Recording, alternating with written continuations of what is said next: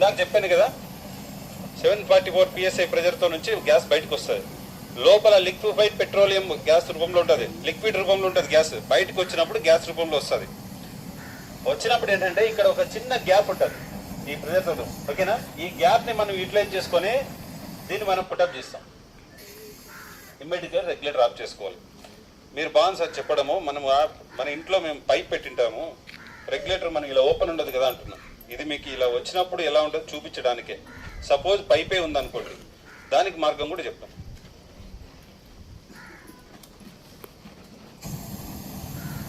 ఓకేనా?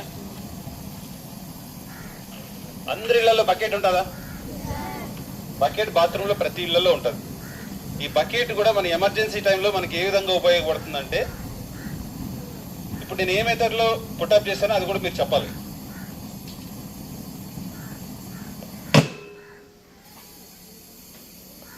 ఏం జరిగింది ఇక్కడ?